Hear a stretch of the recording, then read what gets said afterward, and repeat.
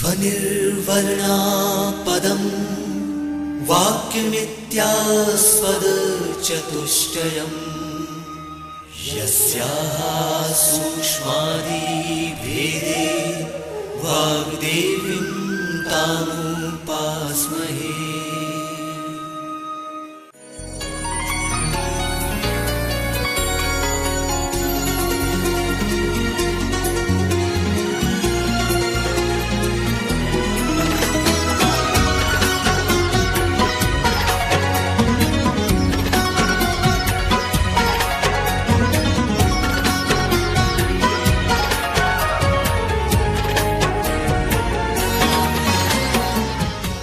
मध्य प्रदेश भोज मुक्त विश्वविद्यालय का इलेक्ट्रॉनिक माध्यम निर्माण और शोध केंद्र EMPRC प्रस्तुत करता है समाजशास्त्र विषय पर आधारित ध्वनि कार्यक्रम भारतीय समाज में महिलाओं की परिवर्तनशील स्थिति। ये कार्यक्रम BA समाजशास्त्र के द्वितीय वर्ष के विद्यार्थियों के लिए प्रथम प्रश्न पत्र ग्रामीण और नगरीय समाज की दूसरी इकाई पर आधारित है। इस कार्यक्रम के विषय विशेषज्ञ हैं डॉक्टर माधवी लता दुबे। कार्यक्रम का ध्वनि मुद्रण, संपादन और प्रस्तुतिकरण किया है अमर बहादुर यादव ने। तो श्रोताओं, आइए सुनते हैं ध्वनि कार्यक्रम भारतीय समाज में महिलाओं की परिवर्तनशील स्थिति।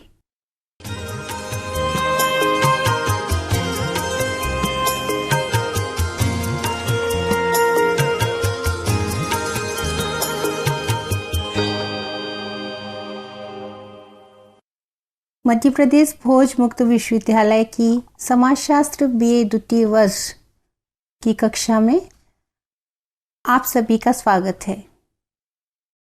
आज हम जिस विषय पर चर्चा करने जा रहे हैं उसका शीर्षक है भारतीय समाज में महिलाओं की परिवर्तनशील स्थिति। महिलाओं की परिस्थिति में बदलाव, यह समाजशास्त्रीय संदर्भ में जानना इसलिए भी आवश्यक है क्योंकि महिलाओं की भूमिका किसी भी देश की आबादी के आधे हिस्से की भूमिका है। तो विद्यार्थियों, आज के इस व्याख्यान में हम समझ सकेंगे महिलाओं की परिस्थिति भारतीय समाज में किस तरह परिवर्तित हुई, कौन से ऐसे कारण हैं जो उनकी परिस्थिति उन्नयन में बाधक रहे हैं और किस तरह के प्रयासों के माध्यम से महिलाओं की परिस्थिति को बदलने की कोशिश जारी है। तो आइए इस विषय पर हम क्रमशः चर्चा करते हैं।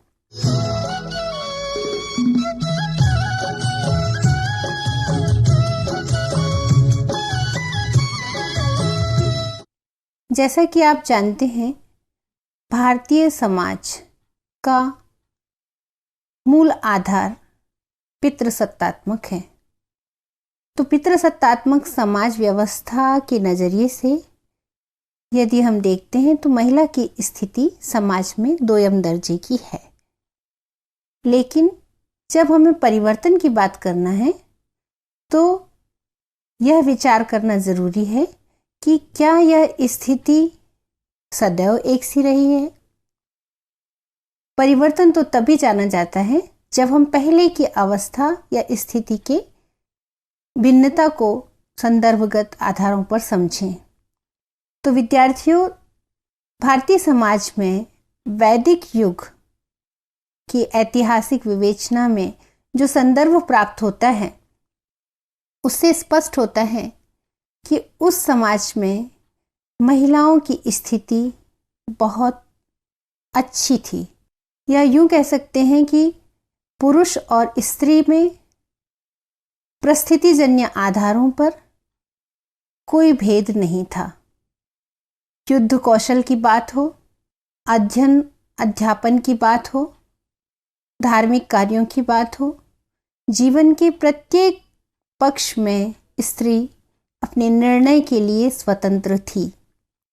यानी उसके द्वारा किए जाने वाले कार्यों पर सामाजिक निषेधों की कोई बाध्यता का उल्लेख शास्त्रों में वर्णित नहीं है।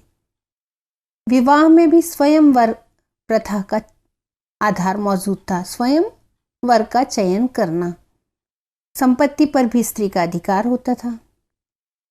लेकिन धीरे धीरे जैसे समय बदला, उत्तर वैदिक काल आते आते महिलाओं की परिस्थिति में गिरावट आने लगी और वे सारे आधार धीरे धीरे कमजोर पड़ने लगे, जिनसे कि महिला पुरुष के समकक्ष होने का अधिकार रखती थी।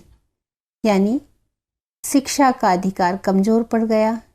विवाह जाति की उत्पत्ति उत्तर वैदिक काल की एक ऐसी सामाजिक निष्पत्ति है कि जिसकी वजह से सामाजिक व्यवस्था में कठोर नियमों की शुरुआत हुई।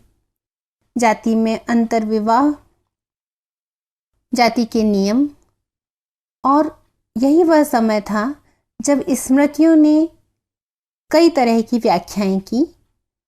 यह हम इस तरह समझ सकते हैं कि धर्म में जिन आचरणों का उल्लेख मिलता है धर्म ग्रंथों में, उनमें स्त्री की जो भूमिकाएं हैं वे एक समर्पित, श्रद्धावान, निष्ठावान और अपने घर की चार दीवारी तक सीमित दायरे में घरेलू कार्यों को, सेवादात्री जो उनकी भूमिकाएं हैं, इनको करने में ही स्त्री को श्रेष्ठ माना गया।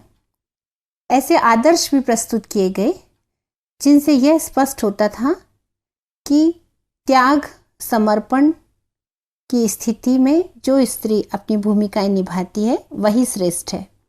4 वर्णों की व्यवस्था थी उस समय में, ब्राह्मण, क्षत्रिय, वैश्य और शूद्र। तो पहले 3 वर्ण तो द्विज कहलाते थे। शूद्र वर्ण में सेवा का कार्य होता था। अनुलोम विवाह की प्रथा थी, लेकिन निम्न वर्ण के साथ खान पान, विवाह, सामाजिक सहवास पर प्रतिबंध का पूरी तरह से पालन किया जाता था। और यही कारण था कि उच्च जाति की स्त्रियां घर से बाहर कम निकलती थीं। उनका दायरा घर के अंदर तक सीमित रहता था। जैसे जैसे आगे समय बढ़ा तो स्थिति और कमजोर होती गई और कई कुप्रथाएं समाज में जन्म ली। आप सभी जानते हैं, सती प्रथा, बाल विवाह, पर्दा प्रथा, कुछ ऐसी ही प्रथाएं थीं जिन्होंने महिलाओं की स्थिति को गिराने में कोई कसर बाकी नहीं रखी।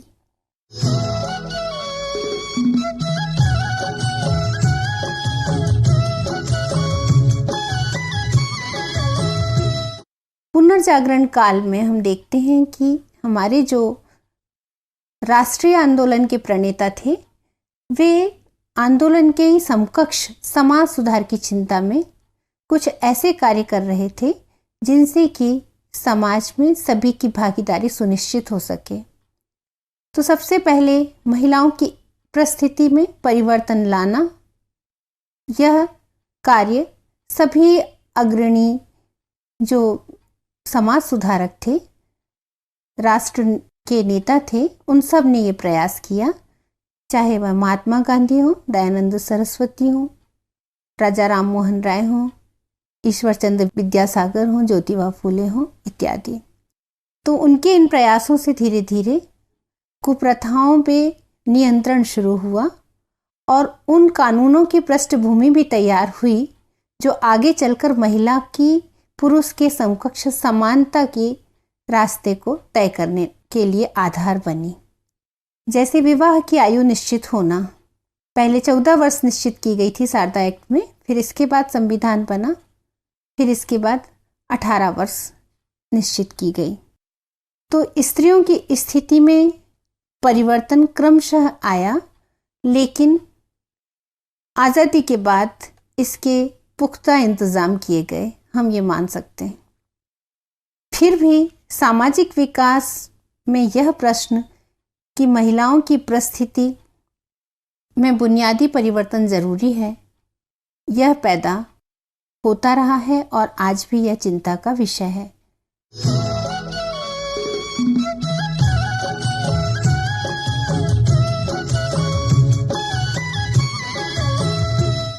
आइए हम कुछ उन आधारों पर चर्चा करें जिनसे कि हम महिलाओं की परिस्थिति को किसी समाज के संदर्भ में समझ सकते हैं। यूनाइटेड नेशंस ने महिलाओं की परिस्थिति के 6 प्रमुख आयाम बतलाए हैं। यानी महिलाओं की परिस्थिति को समाज के संदर्भ में समझना है तो उनके परिवर्तन को समझने के लिए इन आधारों को हमें ध्यान में रखना होगा। ये 6 आयाम कौन से हैं? सबसे पहला है महिला की परिवार में स्थिति, परिवार की संरचना, परिवार में उसके साथ होने वाला व्यवहार, जिसकी आजकल हम बहुत चर्चा करते हैं, घरेलू हिंसा। यह परिवार के अंदर महिला की स्थिति का सूचक है। दूसरा, सार्वजनिक जीवन और नेतृत्व। तीसरा, महिला को मिलने वाली शिक्षा और प्रशिक्षण। चौथा, उसका स्वास्थ्य, बच्चों की देखभाल, जीवन प्रत्याशा, मृत्यु दर का कारण, बालिका का स्वास्थ्य, प्रजनन इत्यादि। 5वां आधार है उसके निवास की दशाएं, प्रवास, महिलाओं को प्राप्त होने वाली मूलभूत सुविधाएं। और 6वां आधार है महिला द्वारा किए जाने वाले कार्य और आर्थिकी। इन 6 आधारों पर स्थिति स्पष्ट है कि जब तक हम घर और बाहर के जीवन में महिलाओं की स्थिति को नहीं समझेंगे तब तक हम उनकी समाज के संदर्भ में परिस्थिति को स्पष्ट नहीं कर सकते। अब यहाँ एक बात स्पष्ट करना चाहूँगी कि भारतीय समाज में ज़्यादातर महिलाओं की आबादी ग्रामीण समाज में है। यानी 70% आबादी आज भी ग्रामीण जीवन शैली में जी रही है। तो ग्रामीण महिलाओं की स्थिति नगरीय महिलाओं की तुलना में ज़्यादा कमज़ोर है। इसकी वजह यह है कि ग्रामीण समाज की जो संरचना है इसमें परंपरागत मूल्यों को प्रधानता देने वाली संस्कृति आज भी विद्यमान है। महिलाओं की दोहरी भूमिका शहर की समस्या है। शहर में जो कामकाजी महिलाएं हैं ये भूमिका संघर्ष के दौर से गुजर रही हैं, किंतु ऐसा नहीं है कि ग्रामीण महिला को किसी तरह का द्वंद्व नहीं है। वह भी कृषि में अपना श्रम देती है और घर की जिम्मेदारियों को पूरा करती है। कई ऐसी असुविधाएं हैं जिन्होंने महिलाओं को बुरी तरह से प्रभावित किया है। जैसे अभी हम जिन आयामों की बात कर रहे थे उनमें महिला स्वास्थ्य की यदि बात करें, उसको मिलने वाले निवास की दशाओं की बात करें तो हम देखते हैं कि भारत में ज़्यादातर ग्रामीण इलाकों में शौचालय नहीं है और इनके अभाव में महिला सूर्योदय से सूर्यास्त तक अपने देह धर्म को रोके रहती है। कई तरह के संक्रमण से प्रभावित होती है। उसे होने वाली स्वास्थ्य की समस्याएं शौच की बराबर सुविधा नहीं होने के कारण पैदा होने वाली एक समस्या भी है। इसके अलावा हम देखते हैं कि जो प्रतिमान है, जैसे सबको खाना खिलाने के बाद खाना, जो कार्य हैं इनको करने में श्रम साध्य श्रम यानी पानी भर के लाना, ईंधन इकट्ठा करना दूसरे तरह की समस्या है। यदि हम वैश्विक स्तर पर महिलाओं की परिस्थिति को आधार रखकर अपने देश में रहने वाली महिलाओं के बारे में देखते हैं तो ग्लोबल जेंडर इंडेक्स में हम पाते हैं 2010 की रिपोर्ट के अनुसार भारत का 112वां स्थान था और अभी 128वां स्थान है। महिलाओं की स्थिति में हर स्तर पे अलग है। शिक्षा में वैश्विक स्तर पर हम देखें तो 120वां स्थान है, स्वास्थ्य में 132वां स्थान है, आर्थिक भागीदारी में 128वां स्थान है। यानी हम बहुत पीछे हैं। और बहुत पीछे क्यों हैं? इनके लिए जो बाधक तत्व हैं वह है महिला को निर्णय लेने की प्रक्रिया से बाहर रखना और पितृसत्तात्मक मानदंडों का पालन करते हुए समाज व्यवस्था में विभाजित मानसिकता का बरकरार रहना। अभी भी जन्म के पहले से यानी भ्रूण हत्या से, जन्म के बाद और निरंतर भेदभाव का जो सिलसिला चलता है, उसमें स्त्री का अस्तित्व अपने दायरे में प्रश्न चिन्हित होता है। लोकतंत्र की हम बात करते हैं कि समाज में लोकतंत्र का आधार समानता है, लेकिन मेरा ऐसा मानना है कि महिलाओं को घर के अंदर लोकतंत्र जब तक नहीं मिलेगा तो वे निजी और सार्वजनिक जीवन में समानता के अधिकार का उपयोग कैसे कर पाएंगी।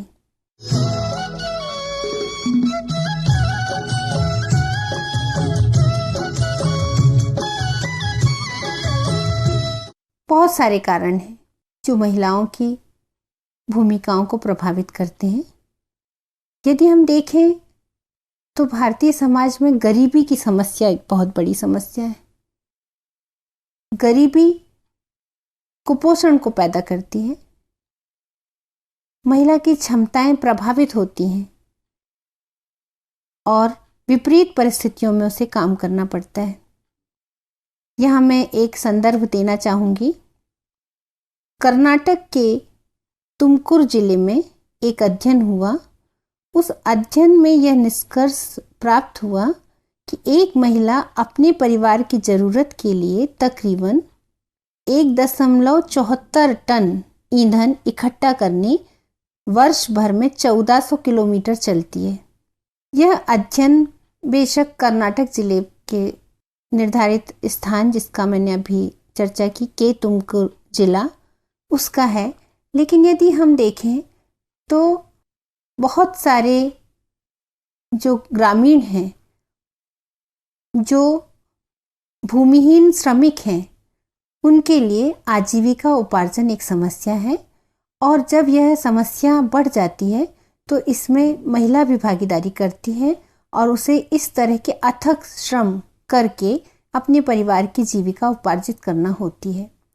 यही कारण है कि इस तरह की समस्याएं पैदा होती हैं जिनसे महिलाओं की परिस्थिति ऊपर नहीं उठ पाती। शिक्षा का स्तर यदि हम देखें तो हम देखते हैं कि पूरे भारत में यदि देखा जाए 2011 की जनगणना के हिसाब से तो ग्रामीण महिला मात्र 57% साक्षर है। शहरी महिलाओं में यह स्थिति ठीक है, 79% महिलाएं यानी 79% महिलाएं शिक्षित हैं। लेकिन शिक्षा का यह स्तर जैसे जैसे ऊपर बढ़ता है तो उच्च शिक्षा तक पहुंचते यह स्थिति बहुत कमज़ोर पड़ जाती है। मुश्किल से 20-22% लड़कियां उच्च शिक्षा प्राप्त करती हैं। तो अपने आप शैक्षिक स्तर कमज़ोर होना और प्रशिक्षण के अभाव में महिला की भूमिका घर तक सीमित हो जाती है। भारत वैश्विक दासता सूचकांक में 1 नंबर पर चल रहा है। आप जानते हैं ऐसा क्यों? ऐसा इसलिए कि भारत में सबसे ज़्यादा बाल विवाह होते हैं। कई सारे अध्ययन वैश्विक स्तर पर जो संस्थाएं हैं उनके द्वारा किए गए भारतीय समाज में जो मानक हैं, जो सामाजिक संरचना में जिन संस्थागत साधनों के इस्तेमाल में दृढ़ता का परिचय दिया जाता है, उनसे यह साफ जाहिर है कि हम चाहकर भी इन प्रथाओं को, इन कुप्रथाओं को नहीं रोक पाए हैं। बाल विवाह, पर्दा प्रथा अभी भी जारी है। महिला उत्पीड़न की स्थिति उससे भी ज़्यादा खराब है, यानी दहेज मृत्यु और घरेलू हिंसा। इनका ग्राफ साल दर साल बढ़ता जा रहा है। आरक्षण के बिना नेतृत्व में महिलाओं की स्थिति बहुत अच्छी नहीं कही जा सकती। वर्तमान में हम यदि देखें तो मात्र 11% ही कुल जो प्रतिनिधि हैं उनमें संसद में भागीदारी है महिलाओं की। लेकिन पंचायती राज में महिलाओं की स्थिति आरक्षण के कारण बहुत आगे है, पर अध्ययन ये कहते हैं कि आरक्षण के कारण महिला को जो अवसर मिला, इसे प्रतिष्ठा का सूचक मानकर ग्रामीण समाज में महिलाओं को आगे तो किया, पर उनका जो कार्य है, उनकी जो कार्यशैली है, कुछ एक प्रतिनिधियों को छोड़कर औसत महिलाओं के हिस्से में रबर स्टैंप की तरह भूमिका का सूचक समाज में समझा जाता है। यानी उनके बदले उनके पति के द्वारा या पंचायत के सचिव के द्वारा निर्णय लेने की बात आम है।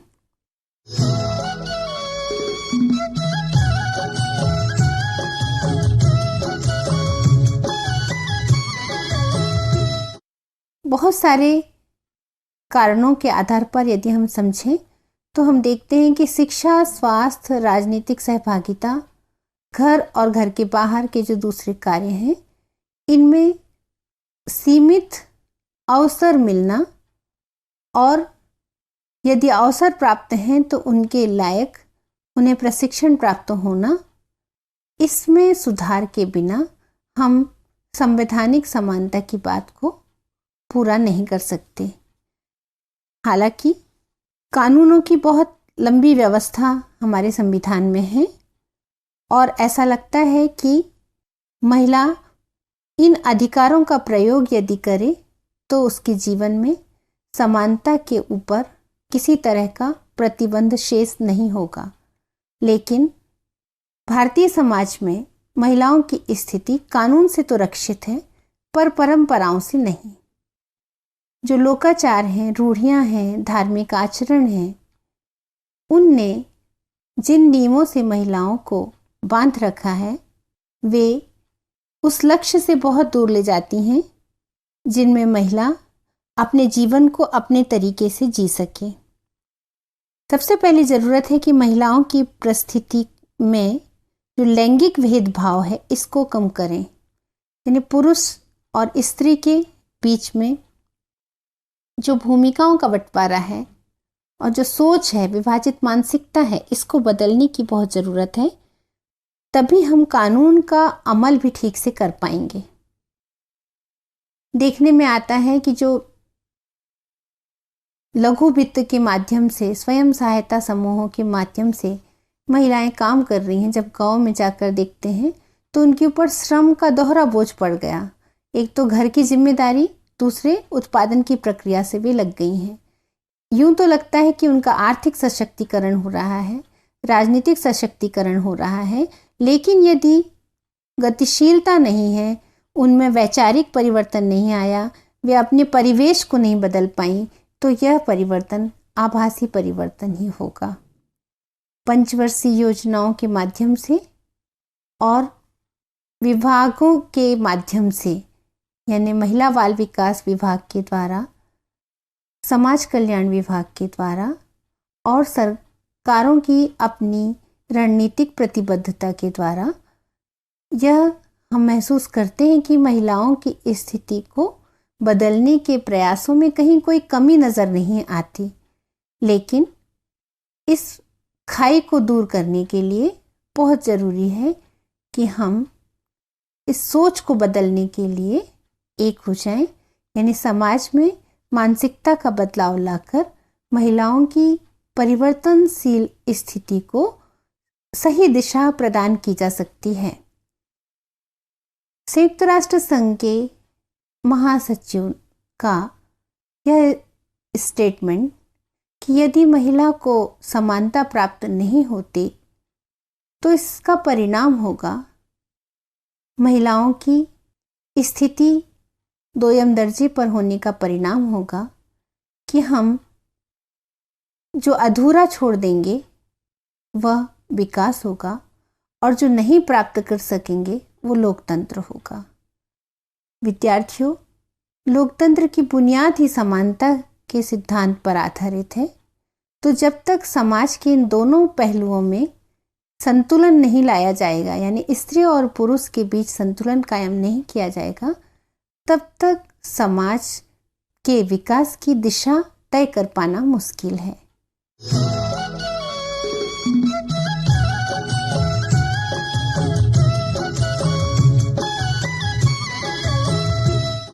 आज के इस व्याख्यान में हमने समझा कि महिलाओं की परिस्थिति में क्रमशः परिवर्तन आया। वैदिक काल में स्थिति ठीक थी, लेकिन इसके बाद निरंतर जो परिवर्तन आया वह परिवर्तन गिरावट का सूचक था। आज़ादी के बाद संवैधानिक उपबंधों के माध्यम से समान अवसर प्रदान कर महिलाओं की परिस्थिति में परिवर्तन लाने के प्रयास किए गए, जो अभी भी जारी हैं। लेकिन इसके बाद भी बहुत सी चुनौतियां हैं जिनका सामना करना है और महिलाओं की परिस्थिति को सही दिशा में परिवर्तन की ओर मोड़ना है। आज के व्याख्यान में बस इतना ही। अगले व्याख्यान में हम पुनः उपस्थित होंगे। धन्यवाद।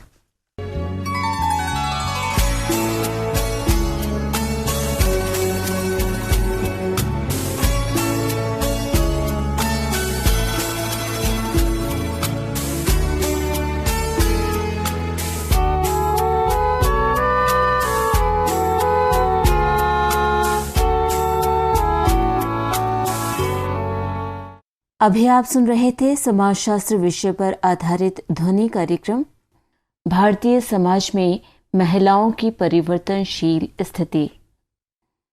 कार्यक्रम की विषय विशेषज्ञ और वार्ताकार थी डॉक्टर माधवी लता दुबे। निवेदिका थी अनुराधा।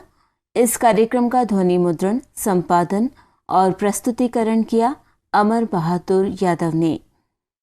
ये कार्यक्रम मध्य प्रदेश भोज मुक्त विश्वविद्यालय के इलेक्ट्रॉनिक माध्यम निर्माण और शोध केंद्र EMPRC द्वारा निर्मित किया गया।